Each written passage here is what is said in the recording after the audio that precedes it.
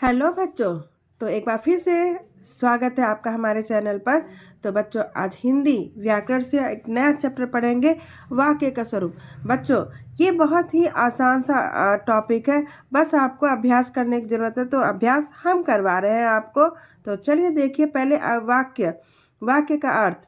तो बच्चों, आप लोग कोई भी कहानी, निबंध, एकांकी, कोई भी किसी भी विषय का कोई भी पाठ पढ़ते तो वो सब वाक्य में ही लिखा होता है। बस हमें पता करना है कि वाक्य का कौन सा प्रकार है। तो इस पाठ में यही सब पढ़ाया गया। तो सबसे पहले वाक्य का अर्थ देखिए। किसी विचार अथवा भाव को पूर्ण रूप से अभिव्यक्त करने वाले शब्द या शब्द समूह को वाक्य कहते हैं। और वह भाषा की सबसे छोटी इकाई अक्षर होता है। और ये सबसे पहले तो वाक्य का अर्थ तो आप समझ गए कि किसी भी विचार भाव को पूर्ण रूप से अभिव्यक्त करने वाले शब्द या शब्द समूह को वाक्य कहते हैं।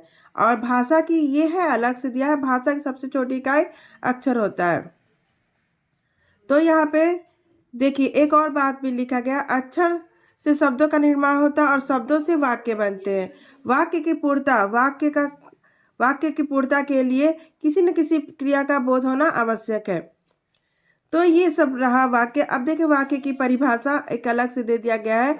शब्दों का सार्थक समूह जब अपनी पूर्णता, सान्निध्यता, व्यवस्थित पद क्रम को प्राप्त करता है तो वह वाक्य कहलाता है।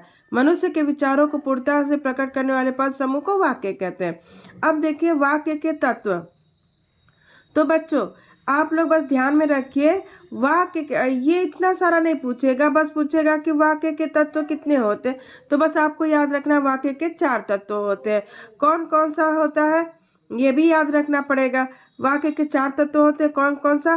सार्थकता, जिज्ञासा, सानिध्यता, पदक्रम। तो ये रहे वाक्य के 4 तत्व। पिछले वर्ष पूछा भी गया था कि वाक्य के कितने तत्व होते हैं। तो कितने होते हैं? 4 तत्व, सार्थकता, जिज्ञासा, सानिध्यता, पदक्रम। अब देखिए वाक्य के अंग। तो वाक्य के अंग कितने होते हैं? यहाँ पे पूछा है वाक्य खंड, वाक्य के कितने अंग होते हैं? तो वाक्य के 2 अंग होते हैं। पहला है उद्देश्य, दूसरा है विधेय। तो आगे चलिए देखा जाए तो उद्देश्य और विधेय ये दोनों होते हैं। अब उद्देश्य किसे कहा जाता है? तो यहाँ पे देखें, हम छोटे में बता दे रहे हैं। जैसे सीता सुंदर गाती है, तो कर्ता को ही उद्देश्य कहा गया है। किसको उद्देश्य कहा गया है? सीता। यहाँ पे सीता क्या है? उद्देश्य।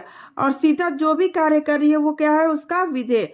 सुंदर गाती है, तो सीता क्या हो गया? उद्देश्य। और सीता का विधेय क्या हो गया? सुंदर गाती है। तो ये विधेय हो गया। ठीक है, एक बार इसको हम पढ़ देते हैं। जिसके विषय में कुछ कहा जाता है उसे उद्देश्य कहते हैं। यहाँ किसके विषय में कहा गया है? सीता के विषय में कहा गया, इसलिए सीता क्या हो गई? उद्देश्य। आगे देखिए, अब यहाँ पे देखिए, उद्देश्य कोई संज्ञा, सर्वनाम, विशेषण, क्रिया, क्रियार्थक, संज्ञा, वाक्यांश का वाक्य रूप हो सकता है। आगे देखिए, सुंदर फूल दिखाई दे रहा है। तो बच्चों यहाँ पे देखिए, सुंदर फूल दिखाई दे रहा है, तो इस वाक्य में सुंदर फूल उद्देश्य होगा। तो यहाँ पे देखिए, यहाँ पे यह फूल विशेषण के रूप में दिखाया गया है, लेकिन यह सुंदर फूल या इस वाक्य में उद्देश्य का कार्य कर रहा है। इसी प्रकार और भी बहुत सारे हैं। इसी प्रकार टहलना स्वास्थ्य के लिए अच्छा है, तो यहाँ पे क्रियार्थक उद्देश्य हो गया। टहलना स्वास्थ्य के लिए क्या अच्छा है? तो टहलना यहाँ पे उद्देश्य हो गया। लेकिन यह यहाँ उद्देश्य किस रूप में है? यहाँ पे देखिए, क्रियार्थक संज्ञा के रूप में। यहाँ टहलना क्रियार्थक संज्ञा के रूप में है। और यहाँ पे हमने बताया सुंदर फूल, यहाँ पे यह विशेषण के रूप में है। अब विधेय तो आपको बताया ही गया है। विधेय उद्देश्य के विषय में जो बात कही जाती है उसे विधेय कहा जाता है। अर्थात वाक्य का वह भाग जो उद्देश्य के बारे में सूचना देता है। वाक्य का वह भाग किसके बारे में सूचना देता है? उद्देश्य के बारे में। अभी ऊपर आप जो पढ़े हैं, जैसे बालक दौड़ते हैं, तो यहाँ पे देखिए इस उदाहरण में दौड़ते हैं क्या हो गया? विधेय हो गया। हम ऊपर बताएं सीता सुंदर गाती है, तो उस वाक्य में विधेय क्या हो गया? सुंदर गाती है विधेय हो गया, और सीता क्या हो गया? उद्देश्य। इसमें बालक बालक क्या हो गया, उद्देश्य, और विधेय क्या हो गया, दौड़ते हैं। इस प्रकार वाक्य के कितने अंग हो गए, 2। ठीक है, एक उद्देश्य और विधेय। आप इतना समझ गए ना। अब चलिए वाक्य के भेद। तो वाक्य के 2 भेद होते हैं, एक रचना के आधार पर, दूसरा अर्थ के आधार पर। अब देखिए रचना के आधार पर कितने भेद होते हैं, तो रचना के आधार पर 3 भेद होते हैं, सरल वाक्य, संयुक्त वाक्य और मिश्रित वाक्य। कौन सा वाक्य, मिश्रित वाक्य, सरल वाक्य, संयुक्त वाक्य और मिश्रित वाक्य। ठीक है बच्चों, तो ये रहा। तो पहले ये देख लीजिए सरल वाक्य किसे कहते हैं और संयुक्त वाक्य किसे कहते हैं और मिश्रित वाक्य किसे कहते हैं।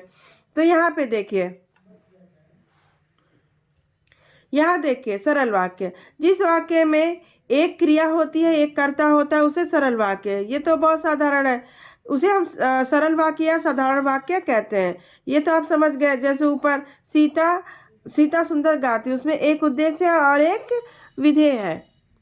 दूसरे शब्दों में वाक्य में एक ही उद्देश्य और एक ही विधेय होते हैं, तो ये सरल वाक्य हो गया।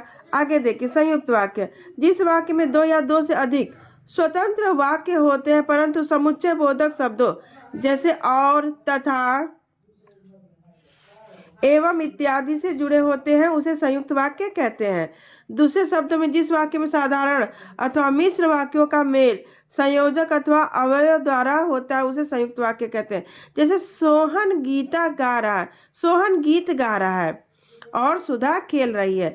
तो यहाँ पे देखिए ये स्वतंत्र वाक्य है, ये स्वतंत्र वाक्य है, लेकिन उन दोनों वाक्यों को जोड़ने का कार्य समुच्चय बोधक शब्द और कर रहा है। ठीक है बच्चों, तो ये आपको समझ में आ गया। तो समुच्चय बोधक शब्द जहाँ भी आ जाएंगे तो वो कौन सा वाक्य हो जाएगा, संयुक्त वाक्य। और, तथा, एवं इत्यादि, लेकिन वह 2 स्वतंत्र वाक्य होंगे। आगे चलिए देखा जाए मिश्रित वाक्य। यहाँ देखिए, जब एक प्रधान वाक्य पर कई वाक्य आश्रित होते हैं, इसमें क्या बताया जा रहा है, एक प्रधान वाक्य पर कई वाक्य आश्रित होते हैं, उसे मिश्रित वाक्य कहते हैं। दूसरे शब्दों में जिस वाक्य में एक साधारण वाक्य के अतिरिक्त उसके अधीन कोई दूसरा अंग वाक्य हो, उसे मिश्र वाक्य कहते हैं। उदाहरण के तौर पर देखिए यहाँ पे मिश्र वाक्य में मुख्य उद्देश्य मुख्य विधेय से जो वाक्य बनता है उसे मुख्य उपवाक्य और दूसरे वाक्यों से आश्रित उपवाक्य कहते हैं। जैसे जब मोहन दिल्ली जा रहा था तो सविता सो रही थी। तो यहाँ पे जब मोहन दिल्ली जा रहा था, ये मुख्य वाक्य हो गया। उस पर, इस वाक्य पर कौन आश्रित हो गया, सविता सो रही थी। जब, तो इस प्रकार के वाक्य किस वाक्य में आएंगे, मिश्रित वाक्य में। अब देखिए अर्थ के आधार पर वाक्य के कितने भेद होते हैं, 8। याद रखिएगा, रचना के आधार पर 3 भेद होते हैं, अर्थ के आधार पर 8 भेद। ऐसे पूछेगा, अर्थ के आधार पर 8 भेद के नाम देख लीजिए। विधिवाचक, प्रश्नवाचक, विस्मयादिबोधक वाक्य, निषेधात्मक वाक्य, इच्छार्थक वाक्य, संदेहार्थक वाक्य, आज्ञार्थक वाक्य, संकेतार्थक वाक्य। तो ये कुल कितने हो गए, 8 वाक्य। आपको बस इसके बारे में बहुत आसान है। इसको देखिए, विधिवाचक वाक्य किसे कहा जाता है, सामान्य रूप से कोई बात कही जाए अथवा उत्तर दिया जाए, उसे साधारण वाक्य या विधि कहते हैं। जैसे बालक जा रहा है, मोहन पढ़ रहा है, ये विधिवाचक वाक्य हो गया। प्रश्नवाचक तो आप तो जानते हैं, जैसे रमेश घर कब लौटा, यहाँ पे प्रश्नवाचक चिन्ह हो गया, प्रश्नवाचक शब्द है और ये चिन्ह हो गया, तो ये प्रश्नवाचक। इसमें कोई भी दो राय नहीं है। विस्मयादिबोधक, तो यहाँ पे अरे वाह, जैसे यहाँ देखिए आश्चर्य, हर्ष, दुख, सुख इत्यादि व्यक्त करने वाले विस्मयादि वाक्य को हम विस्मयादिबोधक वाक्य कहते हैं। निषेधात्मक वाक्य, जो वाक्य नकारात्मक नहीं के अर्थ में होते हैं, उसे निषेधात्मक वाक्य। जैसे न मैं घर जा रहा हूँ, न विद्यालय जाऊँगा। ठीक, आगे इच्छार्थक, आप दीर्घायु हो, आपकी सभी मनोकामनाएं पूर्ण। तो किस प्रकार का वाक्य, इच्छार्थक वाक्य हो गया। संदेहात्मक, शायद आज पानी बरसे, उसने खाना खा लिया होगा। तो किस प्रकार का वाक्य है, संदेहात्मक वाक्य है।